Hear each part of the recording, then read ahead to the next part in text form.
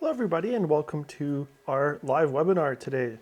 So today is Desktop Publishing Part 2. So my name is Tom Strnad. I'm the lead digital artist of the Creator Space, and today we'll be continuing the journey of desktop publishing and essentially some mixed media ideas where we're going to look at, today we'll be looking at text. Next week or 2 weeks from now, we'll be looking at the photos and adding images, and then going all the way through to getting print ready. So really exciting, and this could be a very useful tool if you're a photographer, if you're an illustrator, and are a poet, and you want to put together a book or a writer. You can put together print materials, whether it's many pages, a few pages, one page, whatever it is. This is how we can figure out how to publish some of our pieces and make a graphic design out of it. So want to introduce and thank our partners in this project for making this happen and possible. So we have the Canada Council for the Arts, and we have our library partners. So we have the Blue Mountains Public Library, Collingwood Public Library, Wasaga Beach Public Library. And want to mention again, you can access the technology and computers from the library. So feel free to go to our website, tbmcs.ca, and you can learn more about all these exciting components for digital arts access that we can provide. So again, as I mentioned, today we will be looking at desktop publishing. This is part 2 of all 4. In today's link that you got from Eventbrite, you can access the previous session, and we also did an intro on the software and going over some of the initial stages of text, working with some text that we'll continue on with today. So leading us on this journey is Jeff Wilson, and I'm just gonna switch over here. In terms of the software we're using, I want to just showcase that as well. So we're using something called Affinity Publisher software, and we have the video that I put a link up for goes over that software. Want to mention that right now it's usually about I think it's about $75. It's a one-time in perpetuity purchase. Right now it's 50% off, so you can get it for about $32. And so that's a great price, and this will also be available through our digital arts iMac computers. So if you want to eventually work at the libraries, you can access the software there as well. So that's really exciting. At the end of this, Jeff will start up. I'm going to do a little bit of demo in the software, and then we'll have some time for some Q&A at the end as well. So fun interactive session, and really want to get everyone interested in what's possible out there. So I'm just gonna switch this over so I can get Jeff on the screen here. So without any further ado, there is Mr. Jeff Wilson. Okay, thank you so much, Tom, and welcome everybody again to another session. And this is something that I do quite regularly, and I really enjoy doing it, and that's doing desktop publishing and all the components, the beautiful marriage of illustration and text. And today we're going to focus mainly on fonts and text in your project, and you can really it's great when you're writing it down by hand, and I've done calligraphy, I've done some writing, and that's always a really very artistic way of doing it. But I mean, you've got the beautiful fonts that are available to you and very efficient, very cost efficient. And we're very fortunate to live in an age when desktop publishing and publishing, printing is so accessible to so many of us. And the Affinity Publisher software is very accessible, and it's very similar to a lot of what's available now, except probably even more accessible to the general public than anything before, because it is so cost effective, and it is so much like some of the existing or the sort of the grandfather the software that has come along. And it's really been quite a process, I'd say. Having been in publishing, newspaper publishing mainly, for the past 20, 30 years, I've seen a lot of changes in this industry. And one of the changes has been just the application of fonts into and to make it easier to put it into a publishing project.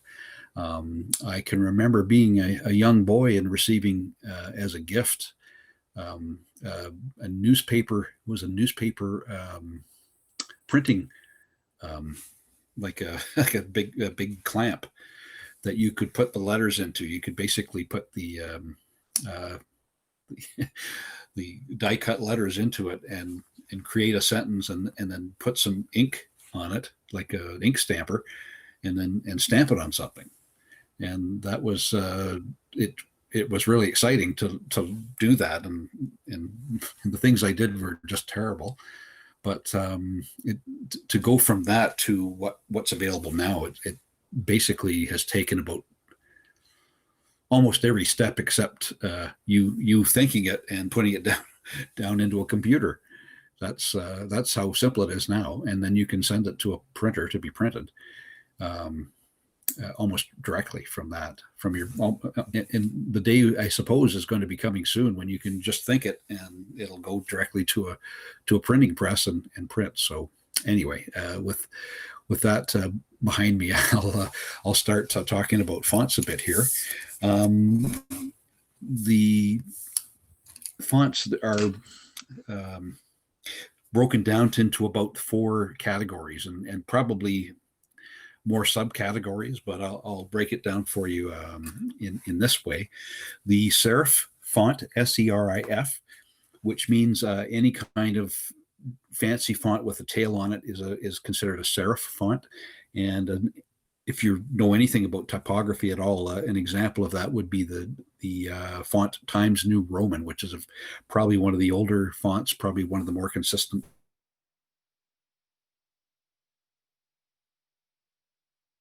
Basically Latin meaning without serif. And an example of that would be the very popular font Helvetica, which is a very well-known font and very accessible. A script font, that would be an example of that would be Old English, which is a font with a script to it. Edwardian is another script that I've used at times. There's a lot of script type fonts out there, and they're great for if you're doing, let's see, if you're doing some artistic type of writing, or you want to class it up. If you're doing, well, one example would be like a wedding invitation. If you're doing a wedding invitation, I've seen many of those with a script font in it to give it some class, some dressing up, sort of, and decorative fonts. And that would be in the category of something that would be quite flashy, and there's no rules for decorative fonts except that they look very flashy and catchy to look at. And an example of that would be Broadway, which was a very popular font in the 70s when I was starting to get to know fonts, and that was one of my favorites, was the Broadway one, which is kind of the heavy on one side and just a loop on the I guess heavy on the inside, which would be the left side, and kind of loopy and roundish on the right side, or the outside. Anyway, so that's an example of your fonts. And let's see here. I could show you an example. Let's start with the sans serif font, or sorry, the serif font. That's the one we would start with, and that is basically.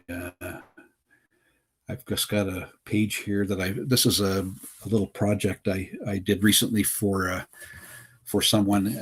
I did the illustration, and my lovely wife did the writing of the story, and the renamed character Timmy. And you'll note that the top left here, if you're able to see the screen that I'm looking at here, the story with the little boy waking up. One day, Daddy woke me up. A storm is coming, Timmy.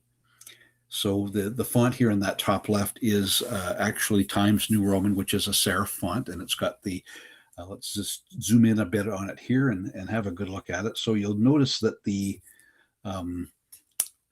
there's a bit of a tail on them, and they kind of go one way or the other. And you'll notice too the A's, how the A's go. They on the, at least on the regular font, they have this the shape as you see it here.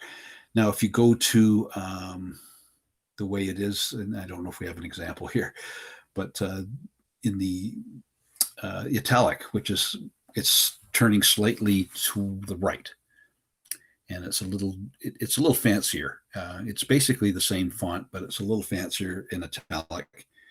And so italic is basically leaning to the left. That's the term italic, and that's what it refers to. And the letter A in the italic would actually be, and I don't have an example here, but it would be basically like the O with a tail on the side, and as opposed to the A in this particular word here, where it's got a big loop at the top. It would be basically with like that. It would be just the letter A here without that loop at the top. So that's how it would look italic, with slightly to the left. So that's and now the other version of the font is the bold. And I don't know if I have an example of that, but it's basically this. I can maybe show you an example of that. Just select that. And you'll note here that you can adjust the style here, the second column. You can click on bold. So what the bold is going to do is basically create the, let's see if we can get that all to be bold italic.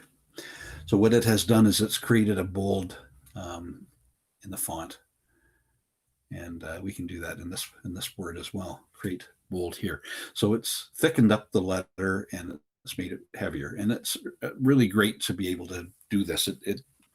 If you have a word in your sentence that you're doing, it gives it impact, gives it a little more impact to the reader. And yeah, you may or may not choose to do it. But that's the beauty of fonts. You can do that. The other thing you can do here in the fonts is adjust the point size. Now, you'll notice here, this is a pretty big font. This is a pretty big project, actually. The pages were 11 inches by 11 inches deep by 17 inches wide. So it was a pretty big end product. So the font here, the font size goes up to 54. You can just click on here, and you can do this in the Affinity, I'm sure too, Tom. And if you wanted to do that, Tom, you're welcome to interrupt me here and do that on the Affinity. But this is in, of course, in the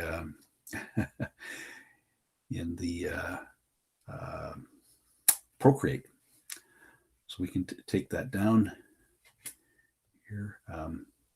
Yeah, so you can do it that way and reduce the font. Did you want to take it over, Tom, and show how to do it in Affinity, or in the Affinity Publisher? Yeah, sure, Jeff. I can do that. Let me just I gotta just switch a couple things over here just so you can see me there, Jeff. You can hear me. Yeah. So let me just switch over the screens here.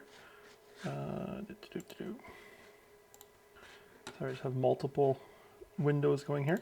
So yeah, so I have a project here. So this is the Affinity Publisher software.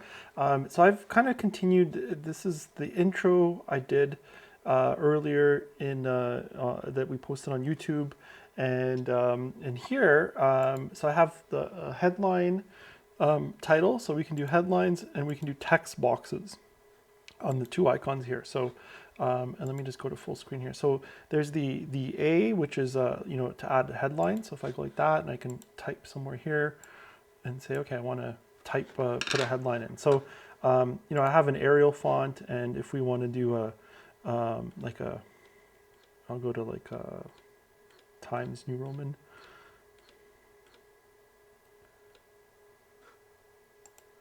Do that. Oops. Test text. So I'm just going to put some in so that we can kind of look at that. So that's a headline. And then, so just like what Jeff was talking about, we can then decide, what is it? So what kind of, elements do we want to it? So I can do regular, I can do bold, I can do bold italic, and then I can do, yeah, regular and just regular italic as well. So whether it's bold or regular. And then I have my point sizes here, so I can just make it, bigger or smaller, and I can type it in there as well. So if I'm like, okay, I know I want a 72 point size, that's it. And that becomes a headline thing. And then in our text boxes, I can do the same thing and just decide, right now, what font is chosen, and then whether it's bold, italic, and so on. And that's it. So that's how we can adjust the text in it, just highlighting it, just like, and I think that's the great thing. You can see like every software is very similar, whether it's doing text in, Procreate, you can be, getting things ready in there and then bringing it into something like this publisher software. But we're basically putting in text. We can highlight it. We can then change, the font types, whether it's bold and how big it is. And then we can also, do, move the boxes around. But, again, here I have it highlighted. I can say, let's make it 16 points exactly. And that gives us that precision. And in this case, it's bolded. And that's an Arial black bolded as kind of a sub headline idea there. So, yeah, that's kind of the idea of the being able to change text and go from there. And here, let me just gonna switch out of this.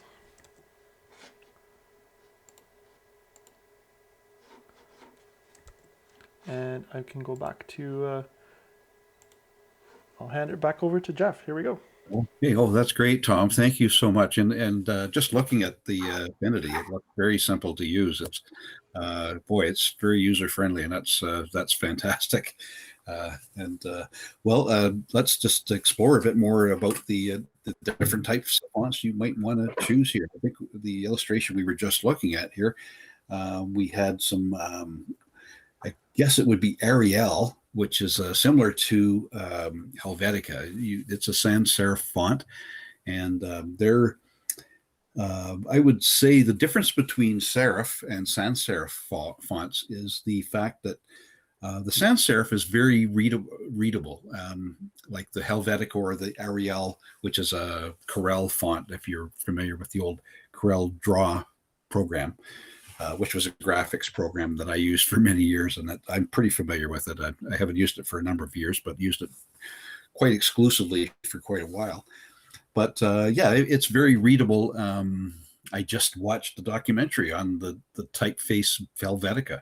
I get it through my public library, the Canopy videos, and I watched a really great hour-long documentary on the Helvetica typeface. I would highly recommend it. And it talks about how legible it is and how governments all over the world, including the Canadian government, has used it in their advertising and their signage and it's a very, and as you can see here, it's very, very readable and very you can read it from from blocks away, and that's why it was chosen for the things that it's chosen for especially for signage, when you're trying, especially in an urban setting, when you're fighting for so many things to look at, and you've got a sign up and you're trying to get people's attention in a big major city.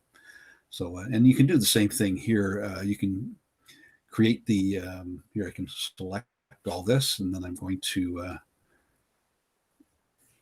see our selection here, the bold italic. Let's try that again. Try to select all that in bold italic. You can get it to bold up, and you can see how much more impact that has if it's bolded, and even if it's some italicism too, which is it's just a very typography term, and you can obviously change it to whatever you want. You can make that an italic as well, give the word some impact as well. But you can see the Arial or the Helvetica font would be very useful for anything that people have difficulty, that you sense that people might have difficulty reading. So being in the newspaper business, as I was for many years, many of the readers of newspapers are older people like myself. I don't want to put a label on anybody, but that was always a concern in the years that I did it. Was most of our readers at the paper I worked at were over their age of 50, and it was always a concern that whatever text we use and whatever format we were doing it in, it had to be something that people over 50 could see in their regular vision. So I always kept that in mind. So that's a good font for that would be Helvetica. It's very readable, and it's readable at a distance. So that would be the application, I would say, for between serif and sans serif. Serif is something that is, it has, let's take a look at the serif here again. It's readable in its own way as well, but it certainly, if you have any kind of vision issues at all, it might kind of get muddy in your vision. You might have to squint or whatever, but certainly very attractive and looks very classic in many ways too. So that's the difference between Helvetica, sans serif and serif. We're really giving Helvetica a good sales job today. Now let's take a look at a script font. Now this is a font I found on, this is something that's available on the Affinity software too, as you mentioned, Tom. And you could probably do something as I'm doing here in the program I'm working with. You could do it, import your illustration and then create your text boxes as I've done here too. And these are huge text boxes because of but this is a font, and I'm just going to see if I can find out what the name of the font is. It is called Snell Roundhand, which is I don't know how popular the font is, but it's a font that I found here. Now you notice that you probably wouldn't use it for this type of book that I'm showing here, but you could use it for, as you were saying, Tom, for poetry or any kind of creative writing project like that, and it might work really well with a nice fine illustration, like fine lines or very subtle colors. It seems to be overpowered by the thick lines in the drawing here, so it might not be the best use for it, but it's a very attractive font, and you can see how it would have some uses to it as well. So now you only have a few options for the styles, and it italicized it's italicized in all of them, and there's bold and black in this case. So and you would maybe only do this if you wanted one or more words to give you extra impact in the text, but you can do that, and that's the beauty of it. So that's an example of script, and there are several script fonts that you can get and that you can use in your file too. And so that's an example of that. And again, the font size, if you're not happy with that font size, you could just highlight all your text here, and we'll see if we can do that. Good.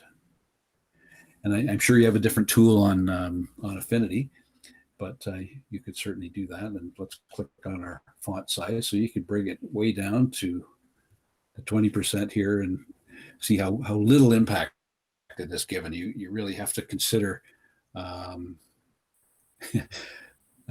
smaller this font gets, the less impact it has. So you can do this in Affinity, I'm sure, as well, and make sure that whatever it's working with, it has to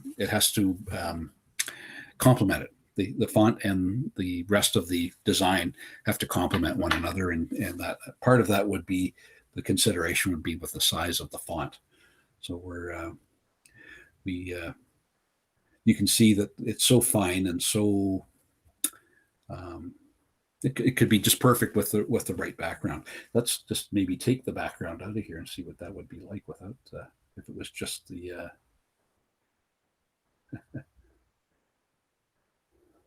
Here we go. If we just had that part of it, let's take the.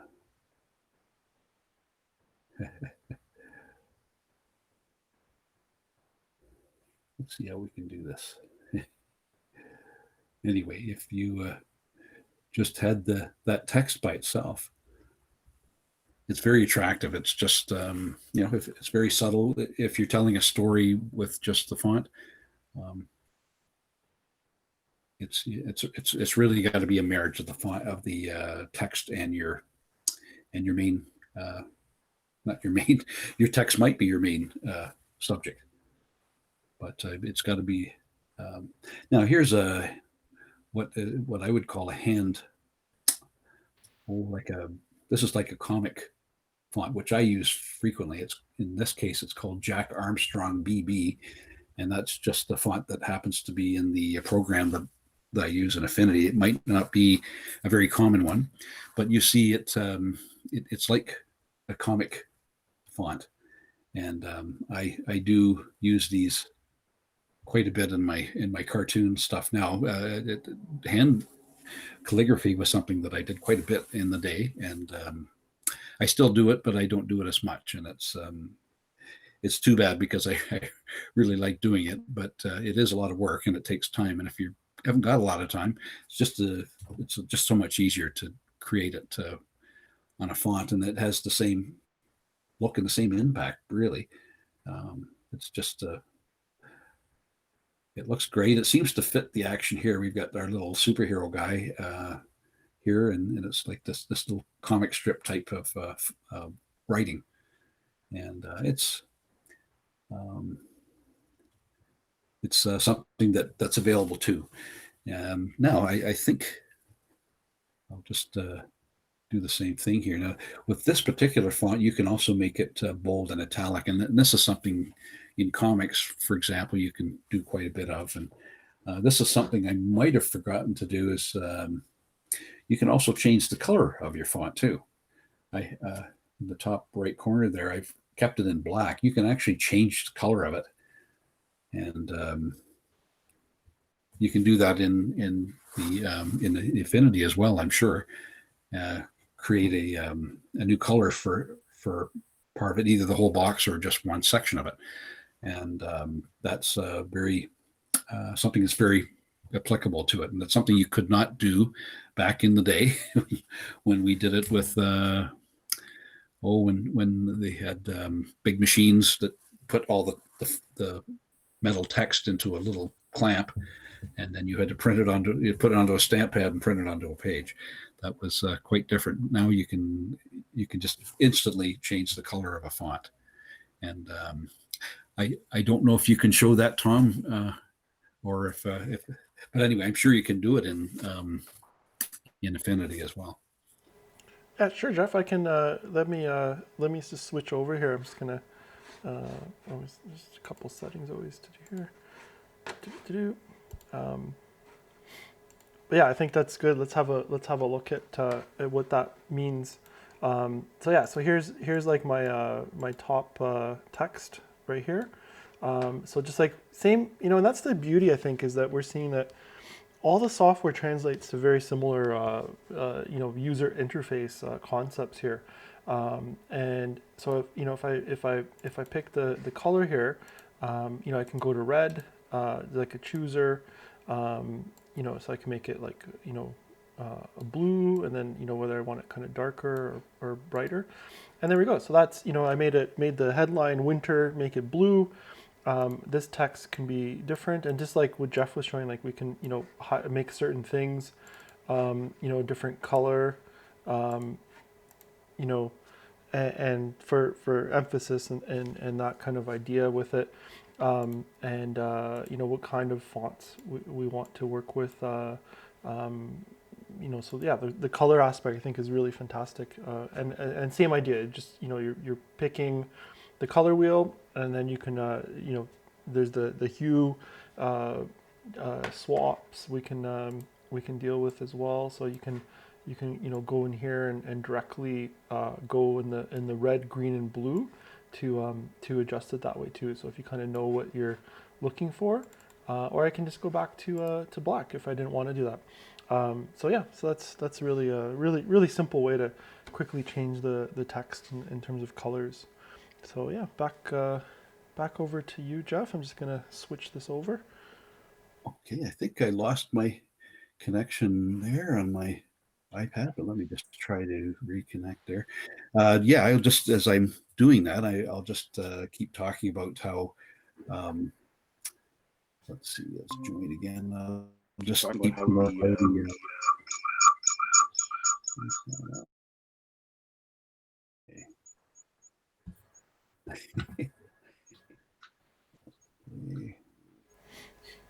I'll just give Jeff a sec there to reconnect. Yeah, so I think it's what's really and I can maybe ask the question after for Jeff. We can touch on that. Is yeah, using different colors for different to emphasize different areas, and also what maybe Jeff, you can talk about that. You know. The what color combinations while we're on text, like what's the right kind of combo. So I'll just hand it back to you. Oh, you bet, Tom. Yes, thank you very much. Yeah, that's a very good thing to think about, because yeah, the one thing I've done a lot of is newspaper ads, and that was a big change for me when we went from black and white advertising to all full color, and I had to realize that certain colors work well together, and that a good mix of colors, if you know how to mix them together, and how to give something a focus, and something to support it, you learn how to do that. So I would say with colors, red is a color that really is very impactful, especially in typography and especially in printing. Red will catch your attention. If you see a sign anywhere, if you see a sign that's in blue light, um, or any kind of light, black is obviously the highest contrast on white, but red seems to be pretty powerful on any color it's on. So if it's red on coming off of a white background, red on a black background, it's very powerful. So I would say red is your power color.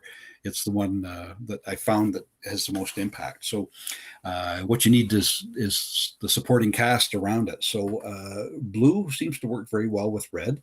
So we can maybe show you that as well. Blue is a pretty impactful color too, and it matches well. Any of the colors that complement each other, and that's something that's a color.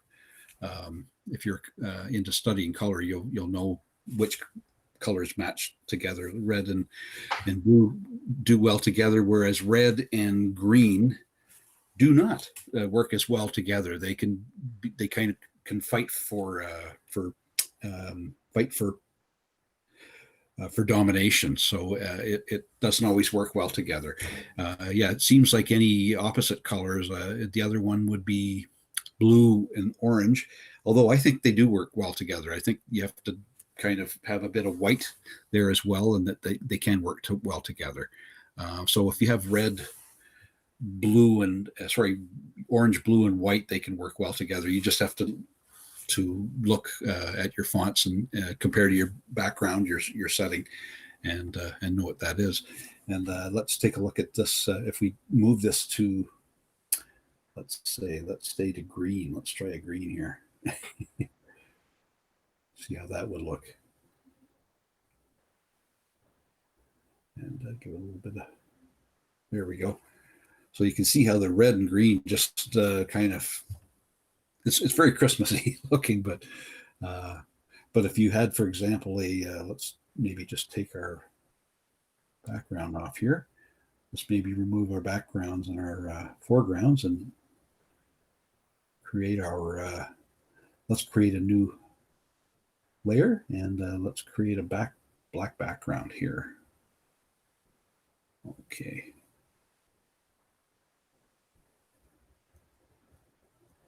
if we can. See if I can just create a black background. Well, what I was hoping to do was get a black background here. So what I might do is just create a box of some kind that in this background here.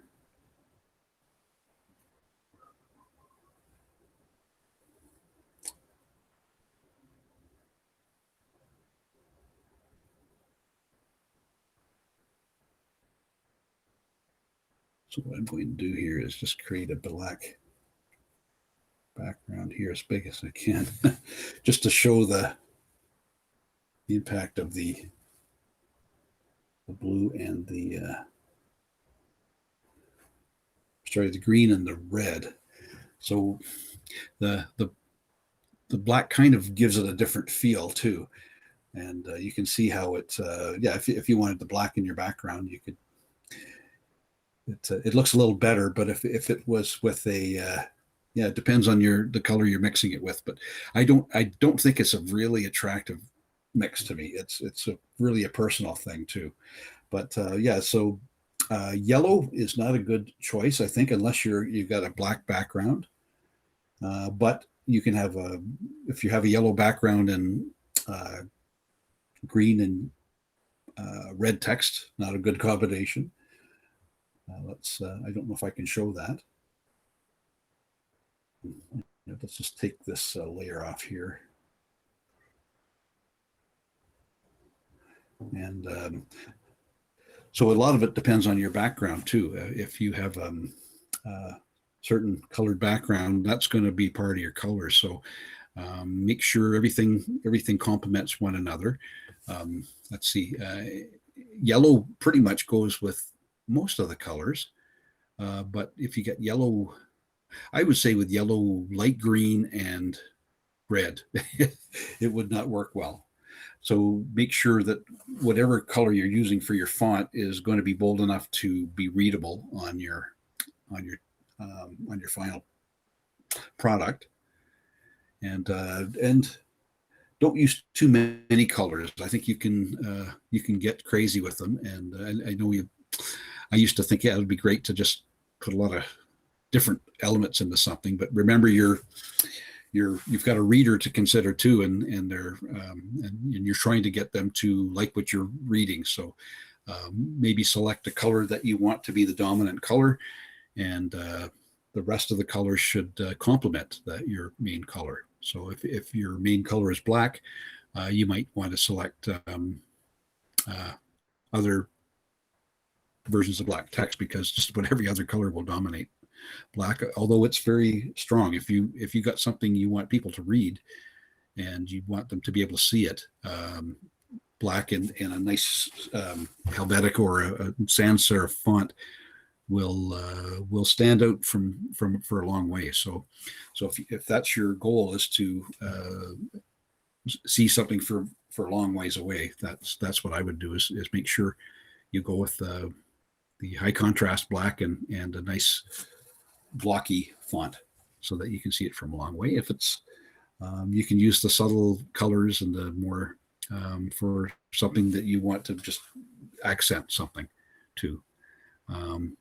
Yeah, that's what I'd say about colors. It's something that's always a challenge. It always creates new things to think about when you're doing it. So it's something that to definitely play with and see how you like it. And if it's something that you think, yeah, that's a good combination. The red is my main color. I've got a good blue to support it, and a nice yellow, or a gray background that it works on. That would be a good thing to. That looks like a good combination. That's what I'm going to go with, or try something else, and something to experiment with, I'd say. So yeah, so I'm just going to go back here. I don't know if I had any other fonts. I had this is kind of a dressy font. Let's see what the name of this one was. Party LET. This was one that caught my eye, and I just thought it was a fun looking font, but I don't know if it really works with the background here, which is wreckage from a tornado. But yeah, it's a really attractive font, and it could be good for like a well, for a kid's story about a first day of school, or yeah, any kind of children's story. This would be a really fun font, especially for like the title um, or something like that. So that's an example of the decorative font there, and I am sure the Affinity publisher has something similar to this as well. And yeah, I think. And here at the bottom left, we have our the old standby Futura, which is a font I used to use all the time in college. It's been around for a long time, and it's readable. It's a nice, attractive font, and it in black it can be very readable and very yeah. But I don't know if everybody would want to put their book with it, but it could work. And I would call this a sans serif, but it's very round and very designy. So it would be I would probably label it as a decorative font because it's not really in the form of a sans serif, although it really is too. So and again, uh, you've got your many different styles. Oh, and one of the things I forgot to mention was condensed text. You'll see here, and you'll probably have these options in Affinity Publisher as well. But if you want something to be condensed, and this is good if you've got a lot of copy to deal with in your oh, I lost it again. Anyway, I can just let you know you can certainly do that in any of your designs. So I think that's pretty much all I can say about it. That's pretty much hopefully you got a little bit out of that, um, and I'll just turn it over to Tom, and I'll be happy to answer your questions, I guess. Perfect. Thanks, Jeff. Yeah, let's just have a look at a couple more things here in the Affinity Publisher software. So yeah, I think that's what I'm getting, and I think that's a really good way to look at it. As it's doesn't have to be necessarily rocket science, but what you see is what you get, and I think that's we talk about that a lot in like with digital arts. Cameras or graphic design and everything, that if you can't read it, then nobody else will be able to read it. And I think that contrast and color separation and choice of colors is really important, because if you can't make out what it says, there's no way it's going to work when it's printed or digitally. If it works really well on your screen, that means you're on the right track. And I think that's really important, is that the graphic display is what you see is what you get. And I think Jeff really touched on that when he was talking about the original print presses, and you didn't always necessarily know what you're going to get, right? And until it got printed. So I think now we have this luxury of really seeing it. So if you can't make something out, you probably need to work on fixing it. And I think that's a really interesting concept of what's the background. So we're working here just with white background, and once you start adding a color background, it changes everything. And that's the thing here too. So I'm putting some blue headline for the winter. I have this text here, and then like Jeff was talking about, we can do like different styles, like strong emphasis, and different like elements and underlining, not underlining, and working on it like that, right? And then like there's the paragraph style. So then I can decide, how I want this to be laid out in Affinity as well. So we have left align, we can center align it, we can right align it. We can also do a justification, that justified center, so that how we want it justified. So I'm just going to say justified all, let's say, and that's going to make everything that kind of justified, fitting everything in the box like perfectly. So that's kind of our justification things there, like how do we want to do it. And then what I wanted to show is that as we add these different text boxes, so let's say I want to put a text box here, I have one here, there's these cool little arrows that are available on each one. And what we can do is we can actually link these, and you get these lines. And so I can link these all. And now what's going to happen is as I write, I'll just make this a bit smaller.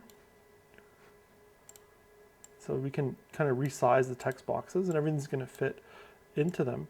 So this would be kind of, if you're doing a book, and whatever the poetry, let's say, and you want to keep it going.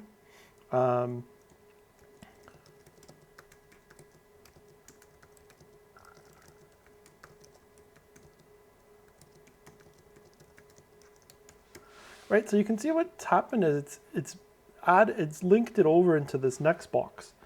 So it's a continuous flow of the boxes, and I think that's a really great tool in publishing, in creating the text, that we can do those arrows to link everything, and then it just keeps going from there. So right, so I'm just it's not making sense right now, but you can see, like, as we fill in each box, it continues it, and that way.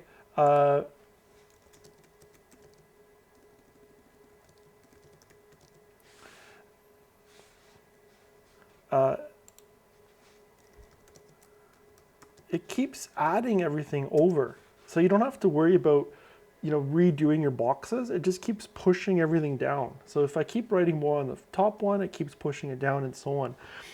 So you can fill a whole story in here. So if your poem is, ongoing, and you're writing right in the box, right? So you can keep adding things. And that text flow, I think, is a really neat link. So I just wanted to show you guys that ability to link all your text boxes so that they can continue forward. So again, if you have if you're publishing a book, a short story, and you need all the paragraphs or all the text to link, you can create boxes graphically so they can be in different spots around the page. And Jeff talked about that flow last week of, going with the eye and left to right and up and down. So that flow can really work, and then we can go to next pages, right? So then we can we can start linking from this page to the next page. So you can see if I just scroll down here, so you can use the side here. So I can then create another text box here, right? And I can then link page 1 to page 2, and all of a sudden it keeps going on and on and on. So I can create, all my, I think I did 11 pages or 12 pages in this document. And it can keep going. So there could be a poem or a short story that just flows all the way through, and then I can copy and paste it from like a Word doc, paste it in here, and then it would automatically fit to fill through this graphic design. So text doesn't have to just be typed in how we go. We can force fit it to boxes, and I thought that was really interesting when I learned about that in the publisher software, that you can do that and force fit it into these boxes and make it all align, and then we can play with this. So we can have boxes that are rotated and really flow with the artistic design of where we want it. We can decide putting restrictions on the boxes, making them certain sizes. You can see, it quickly changes the text, makes it go to the next page, right? So it can be a lot of fun with, this designing in this, restricting the text and kind of forcing it in there, can be a really neat a process. And then the best thing is, we have all these, the boxes are still all layers. Within the pages, right? So here's page 2. So I get to see each layer on each layer breakdown on each page. So this page 2, this has one text box, but you can see what is winter. It's cold. It starts from the beginning, and then here I have a bunch. So I have the headlines, and we can just turn them on or off. So just like Jeff was doing in Procreate, same idea again. We're working with layers. We can turn the layers on or off, and we can build it up from there. So if you've already been following along with some of our digital illustration, cartooning in Procreate, you'll be able to do the same thing with in this publisher program as well. So that's kind of the main thing with text. So we can change the fonts, we can change the colors, change the nature of them, as Jeff talked about. Important to know the serif, sans serif, and what can work. Think about your colors, and then those text boxes are a really great way to graphically design the text and make it work to start to make something, perhaps a little more interesting than just running text up and down on the page. But we can make these boxes, right? So again, you can imagine if I'm going to build kind of a document as we go to create a photography book. So I'm going to put some photos in as we talk about adding images. So I'll put some photos in, put some text around that, right? And we'll build kind of a photo book out of this. And that you can be, putting comics, photos, poetry, music lyrics of songs. You can make a booklet that accompanies some songs you created. So yeah, so anything's really possible. So yeah, so that's great. So why don't we do some question time and see if anybody has any questions right now. And in terms of, we'll have all this on YouTube, so you can rewatch it. You can rewatch it here on the Crowdcast sessions. I know we've had some technical glitches again, a couple reboots I've done here, but should be able to watch it fully in some capacity between the two sessions. But yeah, I'll just put it back to Jeff and just see if he has anything he'd like to finish. Well, that's fantastic, Tom. Yeah, I was just really marveling at how the text boxes can link together, and that's great for the flow. You can create, you can manage the way the text flows through your document, which is fantastic. And yeah, you certainly couldn't do that 30 years ago. We're very limited. So fantastic to learn that. Yeah, and I would just summarize by saying that. You're yeah, you've got so many options, and just explore it and see what the software does, and see how it works with your creativity as an artist. Don't let anything hold you back. There's certainly there's almost nothing stopping you from doing a really fantastic job on using the software you have available to you, and it's very affordable. So, I just say have at it, have fun. Perfect. Yeah. So thanks, Jeff. I'm just gonna switch over to my mic here. So yeah, again, so Affinity Publisher software, like I said, check it out. It is 50% off now, so it's $32 to own. Um, and yeah, I just want to thank everyone for joining us again. I'm just gonna thank all our partners in making this happen. So we have the Canada Council for the Arts, our library partners, Blue Mountains Public Library, Collingwood Public Library, Wasaga Beach Public Library. Check out again our YouTube channel. Sessions 3 and 4 are coming up. So the next 2 weeks from now, we're gonna have session 3 on desktop publishing, and that will be images, working with images and how we bring that in. And there's a lot of overlapping elements, and I think that's the really fun part of this. And we'll continue posting videos about creating a photo book that I'm doing alongside this. So I'm one of the students too, and it's really fun to kind of do this blend of a session. So yeah, so thanks again for joining us. And just like I think real good takeaways that I got. Really look at what you're getting graphically. What does it look like on the screen, and and maybe start simple. Like I'm going to do this this template, this book of my design with a white background, just to work with that. And then I think going from there, because obviously backgrounds, if I made it all black, it could get really complicated really quickly. So start simple and go from there. And what you see is what you get. So don't forget that. So again, thanks for joining us, and we hope to see you for parts 3, and check out all of these replays on our YouTube channel. Thanks again, and have a great rest of the day.